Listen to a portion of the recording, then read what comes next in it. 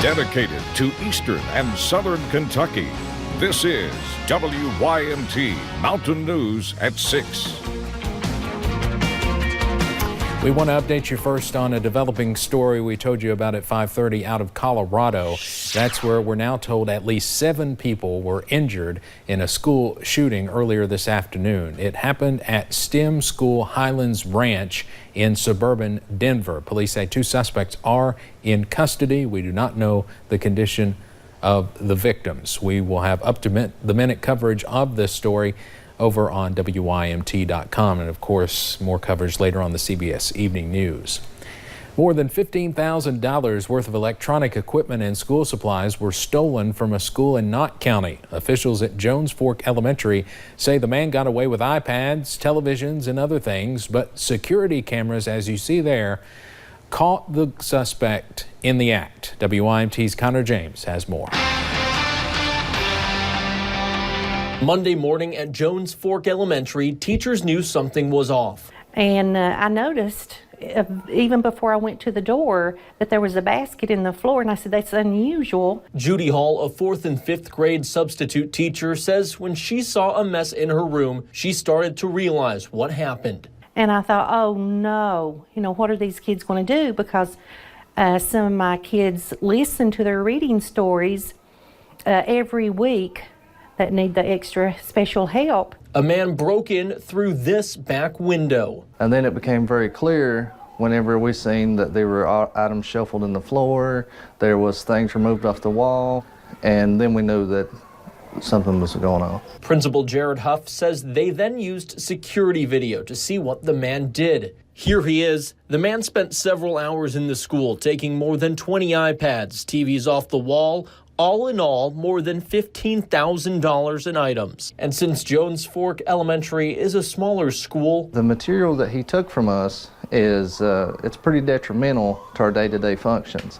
So if anybody does have any information, I'd love it if they could help us out on identifying this person. And now they're hoping someone might recognize this man in hopes of getting those items back. In Knott County, Connor James, WYMT Mountain News. The suspect is roughly 5 feet 10 inches tall with neck tattoos. If you know him, you're asked to get in contact with the Knott County Sheriff's Department.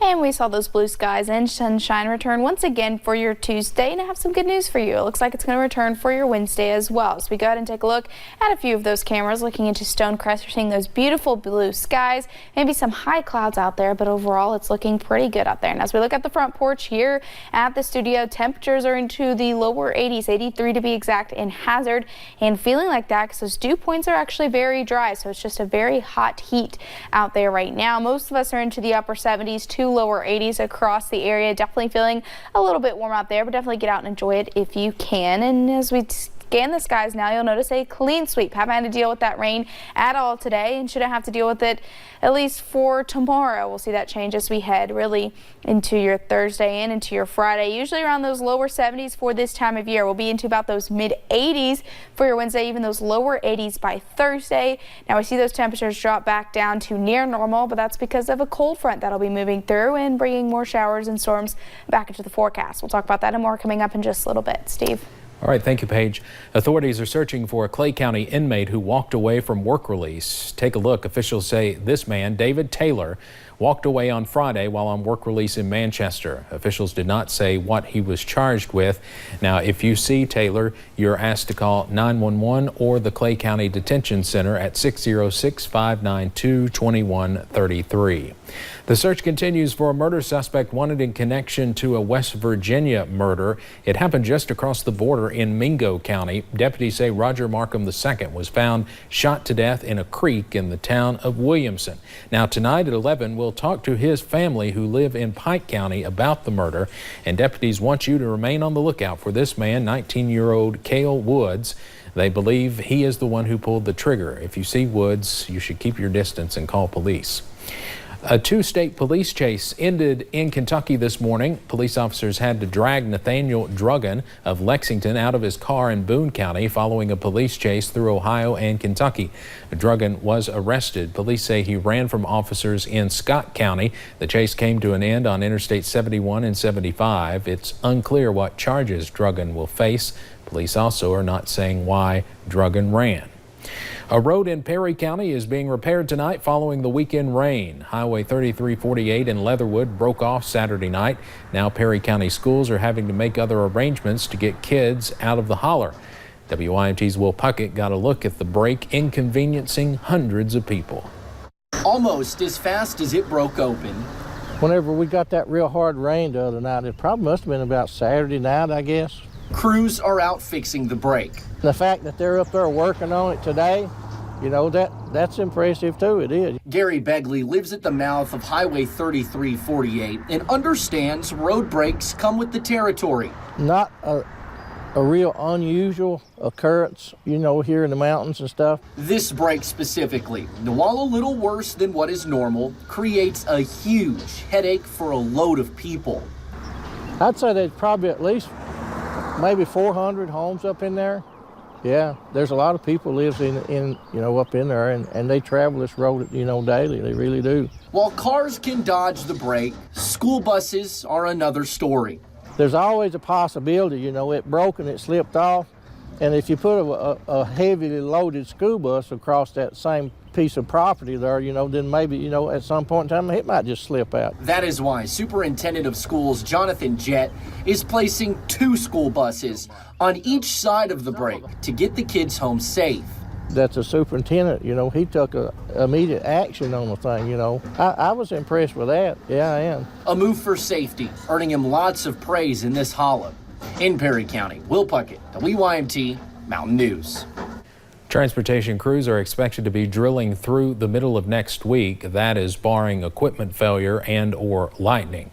Kentucky Secretary of State Allison Lundergan Grimes is fighting a new law removing her power over the State Board of Elections. She filed a suit saying the law illegally violates her executive authority. It currently removes the Secretary of State as chairman and a voting member of the Elections Board. It also limits access by the Secretary of State's office to a database of registered voters.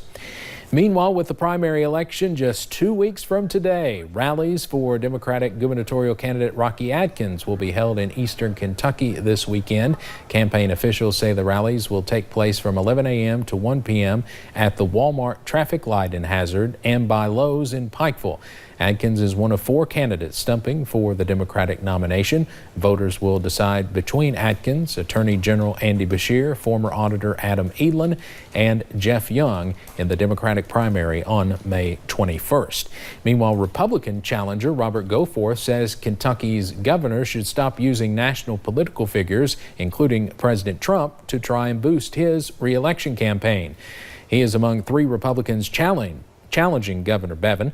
Goforth, who is from Laurel County, said today that Governor Bevin should, quote, quit trying to hide behind President Trump.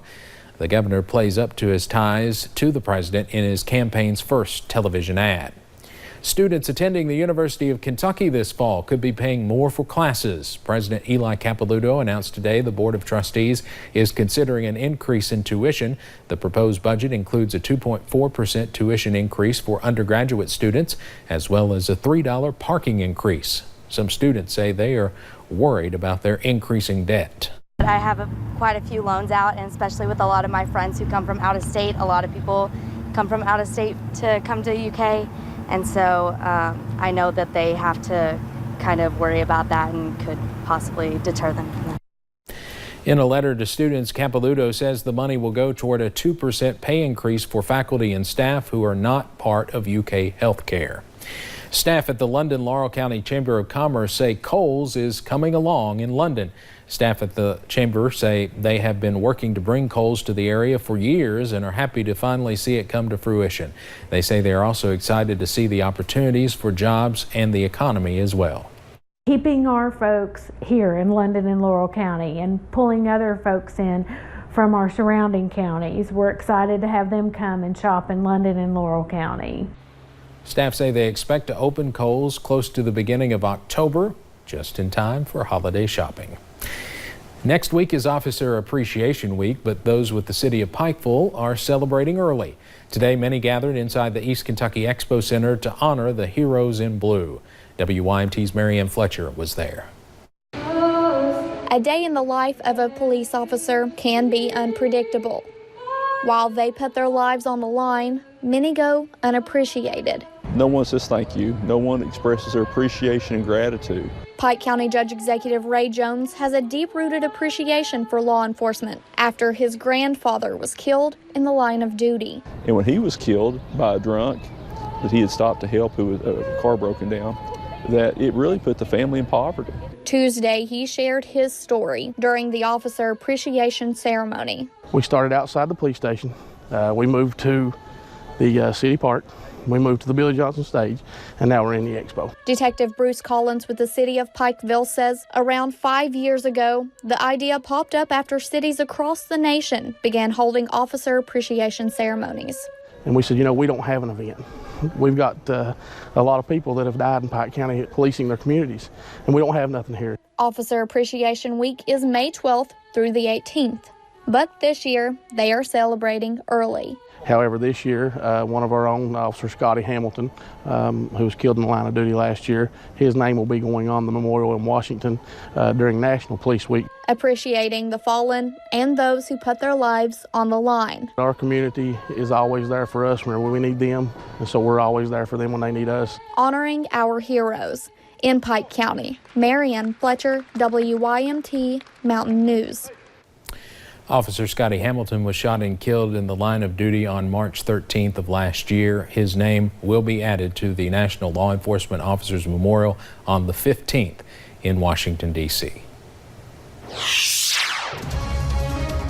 And sunshine and warmer temperatures continue as we head into your Wednesday, but showers and storms return quickly. And what about that weekend forecast? All those details coming up in just a few short minutes. And the warmer weather means more people are heading outside to enjoy the great outdoors. Coming up, how you can stay safe on the trails.